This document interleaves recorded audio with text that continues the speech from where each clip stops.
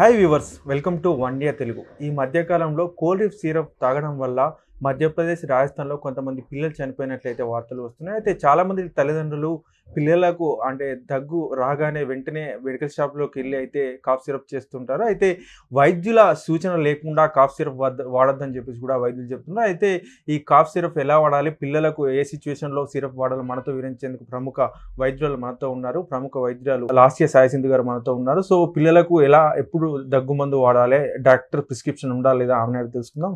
Hi madam. Hello మనం చూస్తారు కదా, లేటెస్ట్గా కోల్డ్ రిఫ్ అనే సిరప్ వల్ల కొంతమంది పిల్లలు చనిపోయినట్లు న్యూస్ వస్తుంది. సో చాలామంది తల్లిదండ్రులు మనం చూస్తుంటాం, కాఫ్ రాగానే వెంటనే మెడికల్ షాప్కి వెళ్తారు. మా పాప ఏజ్ ఇంత, కాఫ్ సిరప్ ఇవ్వని అంటారు. ఇది కరెక్టేనా? సో డెఫినెట్లీ దీనివల్ల చాలా ప్రాబ్లమ్స్ వస్తాయండి. చూసినట్టుగా అయితే కోల్డ్ రిఫ్ ఎస్పెషలీ మీరు చెప్తున్నది మెయిన్లీ ఏమంటున్నారంటే దాంట్లో ఉన్న కొన్ని టాక్సిక్ సబ్స్టెన్సెస్ అనేవి ఇవి కిడ్నీస్ డ్యామేజ్ అయ్యి పిల్లలు చనిపోయారని చెప్తున్నారు. అండ్ కిడ్నీస్ లోపల బేసిక్గా రీనల్ ట్యూబ్యూల్స్ అని ఉంటాయండి. పిల్లలు అవి చాలా డెలికేట్గా ఉంటాయి. సో కొంచెము టాక్సిసిటీ ఎక్కువ అయినప్పుడు వాళ్ళకి న్యాచురల్గా ఎఫెక్ట్ ఉంటుంది. ఇలా అవ్వకూడదంటే ఫస్ట్ థింగ్ ఏంటంటే కరెక్ట్ డాక్టర్ దగ్గరికి వెళ్ళడం చాలా ఇంపార్టెంట్ అండి. అండ్ ఈ మధ్య ఏమైపోతుందంటే ఎవరు పడితే వాళ్ళు ఏది పడితే అది ప్రిస్క్రైబ్ చేస్తున్నారు. అండ్ కొంతమంది ఏంటంటే ఏముందిలే, చిన్న జలుబే కదా, దగ్గే కదా, మనం వెళ్ళి మెడికల్ షాప్లో మందులు తెచ్చేసుకుందామని తెచ్చుకుంటున్నారు. బట్ ఏంటంటే ఫస్ట్ దగ్గులో చాలా రకాలు ఉంటాయండి.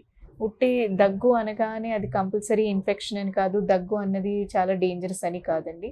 అంటే బేసిక్గా మీకు చెప్పాలంటే కొన్నిసార్లు ఎలర్జీ వల్ల కూడా దగ్గులు వస్తాయి. కొన్నిసార్లు దగ్గులో కూడా 2 రకాలు ఉంటాయి. తడి దగ్గు, పొడి దగ్గు ఉంటుంది. దాన్ని బట్టి కూడా మెడికేషన్ చేంజ్ అవుతుంది. అండ్ కొన్నిసార్లు ఇన్ఫ్లమేషన్స్, ఎయిర్వే ఇరిటేషన్స్, ఏదైనా కొంతమందికి ఆస్తమా ఇలాంటి వాటి బ్రాంకైటిస్ ఇలాంటి వాటి వల్ల కూడా దగ్గు వస్తుంది. సో ఎస్పెషల్లీ బ్రాంకైటిస్ ఇలాంటి దగ్గు అయితే యాక్చువల్లీ దగ్గు సిరప్ కూడా పెద్దగా అవసరం లేదండి. కొన్ని ఇన్హేలర్స్ అవి ఉంటాయి. అఫ్కోర్స్ పిల్లలకి ఇన్హేలర్ అనగానే మళ్ళీ అది తెచ్చి కొట్టేయకండి. పిల్లలకి ఇచ్చేటప్పుడు స్పేసర్ ఇచ్చి ఇవ్వాలి. అండ్ వేరే డివైస్ ఉంటుంది, అది ఇన్హేలర్ వాడడానికి దానికి ఒక పద్ధతి ఉంటుంది. సో బేసికలీ ఏంటంటే మీ డెసిషన్ మీరు తీసుకోకుండా సరైన డాక్టర్ దగ్గరికి వెళ్ళడం ఇంపార్టెంట్. అండ్ మనకి FDA ప్రకారం అప్రూవల్ ప్రకారము చాలా డ్రగ్స్ అవైలబుల్ ఉన్నాయి. దట్ ద పీడియాట్రిషియన్స్ ఆర్ మీ ENT సర్జన్స్ దగ్గరికి వెళ్తే వాళ్ళు డెఫినెట్లీ మీకు కరెక్ట్ మెడిసిన్స్ ప్రిస్క్రైబ్ చేస్తారు. కొంతమంది అడగొచ్చు, ఎప్పుడు మేము అర్జెంటుగా డాక్టర్ దగ్గరికి వెళ్ళాల్సిన అవసరం ఉంది అన్నది మీరు తెలుసుకోవడం ఇంపార్టెంట్. ఒకటి ఏంటంటే 2 years కంటే తక్కువ ఏజ్ పిల్లల్లో 100 degrees మీకు టెంపరేచర్ ఫారెన్హీట్ మీకు టెంపరేచర్ అనిపిస్తుందంటే వెంటనే వెళ్ళాలి. 2 years ప్లస్ పిల్లల్లో కనుక 1 or 2 ఉంటే మాత్రం డెఫినెట్లీ ఇమీడియట్గా మీరు డాక్టర్ దగ్గరికి వెళ్ళాలి. అండ్ ఇది కాక పిల్లలకి విపరీతమైన హెడేక్ కానీ, అంటే తలనొప్పి అని చెప్తున్నా, అండ్ వాళ్ళ ఐసీవి సంఖ్యనున్నా, లేకపోతే వాళ్ళ ఊపిరి ఫాస్ట్గా బ్రీత్ చేస్తున్నా, ర్యాపిడ్ బ్రీతింగ్ అంటాం. పిల్లలు ఎప్పుడైతే ఫాస్ట్గా బ్రీత్ చేస్తూ ఉంటారో, నీరసంగా కనిపిస్తూ ఉంటారో మీకు, అండ్ ఫుడ్ సరిగ్గా తీసుకోకపోవడం, ఇది ఒక మెయిన్ ఇంపార్టెంట్ థింగ్ అండి. ఎస్పెషలీ చిన్నపిల్లలు బిలో 2 years వాళ్ళు అస్సలు తినట్లేదు, తాగట్లేదు అంటే మాత్రం మీరు వెంటనే హాస్పిటల్స్కి తీసుకెళ్ళాలి. అండ్ ఇవన్నీ ఫ్యూ స్మాల్ థింగ్స్ అండి. బేసిక్ కోల్డ్ ఇవి అయినప్పుడు ఎక్స్ట్రా మీరు అఫ్కోర్స్ ఇంట్లో చేయొచ్చు. నోస్ బ్లాక్ ఉంది అలా అనిపిస్తే మీరు రూమ్లో ఒక కోల్డ్ ఎయిర్ హ్యూమిడిఫైయర్స్ ఉంటాయి, అవి వాడొచ్చు పిల్లలకి. ఇంకా సేఫ్గా ఏంటంటే నోస్ డ్రాప్స్ ఇస్తారు. నోస్ డ్రాప్స్లో కూడా రకాలు ఉంటాయండి. బేసిక్ చిన్నపిల్లల్లో సెలైన్ నోస్ డ్రాప్స్ అని ఉంటాయి, అవి అయితే పర్వాలేదు. కానీ ఒకవేళ మీరు వేరేవి వాడుతున్నారంటే డెఫినెట్లీ డాక్టర్ ప్రిస్క్రిప్షన్ తీసుకొని, డాక్టర్ సలహా తీసుకొని వాడండి.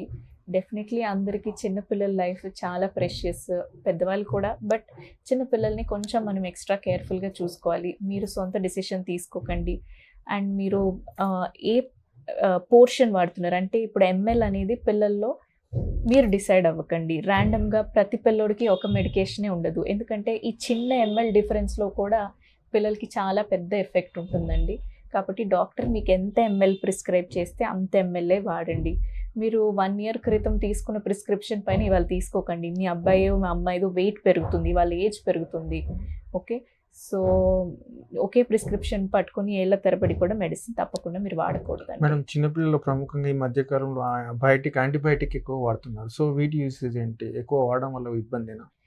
యాంటీబయాటిక్ అసలు చిన్నపిల్లల్లో కాదండి, పెద్దవాళ్ళలో కూడా ఊరికే వాడొద్దని చెప్తాం. ఏమవుతుందంటే మీరు తరచుగా ఇలా యాంటీబయాటిక్స్ వాడుతున్నప్పుడు చిన్న చిన్న వాటికి యాంటీబయాటిక్ వాడడం వల్ల రేపు పెద్ద పెద్ద ప్రాబ్లమ్స్ వచ్చినప్పుడు ఈ చిన్న యాంటీబయాటిక్స్ మీకు పనిచేయవు. డాక్టర్ ఇంక ఇది రెసిస్టెన్స్ అని చెప్పి చాలా పెద్ద పెద్ద యాంటీబయాటిక్స్ వాడాల్సి వస్తుంది. అండ్ ఇలా అవుతున్నప్పుడు బేసిక్గా యాంటీబయాటిక్ వాడుతుంటే మీ ఇమ్యూనిటీ కూడా తగ్గుతూ ఉంటుందండి. ఇమ్యూనిటీ తగ్గినప్పుడు మీ డిసీజ్ ఫైటింగ్ కెపాసిటీ అనేది తగ్గిపోతుంది. దీనివల్ల చిన్న ఇన్ఫెక్షన్ అయినా కానీ మీ బాడీ పెద్దగా రియాక్ట్ అవుతుంది. సో ఇమ్యూనిటీ సప్రెస్ చేసుకోకండి. ఇమ్యూనిటీ బిల్డ్ ఎలా చేసుకోవాలో చూడండి, అన్లెస్ డాక్టర్ ప్రిస్క్రైబ్స్. చిన్నపిల్లల్లో ఒక ఫీవర్ వస్తే ఒక 2-3 days చూసిన తర్వాతనే డాక్టర్ వద్దకు వెళ్తే బెటరా, అంటే పారాసిటమాల్ వేసిన తర్వాత? చిన్నపిల్లల్లో మీకు కుదిరితే రిస్క్ తీసుకోకుండా డాక్టర్ దగ్గరికి వెళ్ళిపోతే బెటర్. నేను మీకు ఇందాక చెప్పాను కదా, 100 degrees మీకు టచ్ అయింది పిల్లల్లో 2 years బిలో అంటే వెంటనే డాక్టర్ దగ్గరికి వెళ్ళండి. పెద్దవాళ్ళు 1 or 2 degrees టచ్ అయిందంటే మీరు వెంటనే ప్లీజ్ డాక్టర్ దగ్గరికి వెళ్ళండి. ఓకే, థ్యాంక్ యూ అండి. నమస్తే. చూసారు కదా, ఎలాంటి ప్రిస్క్రిప్షన్ లేకుండా పిల్లలకు మెడిసిన్ వాడడం మంచిది కాదని చెప్పేసి కూడా లాస్య సాయి సింధు గారు చెప్తున్నారు. ఎందుకంటే అలా వాడడం వల్ల సైడ్ ఎఫెక్ట్స్ రావచ్చు, ఇలాంటి ఇబ్బంది కూడా కలగవచ్చు అని చెప్పేసి కూడా ఆమె వివరిస్తున్నారు.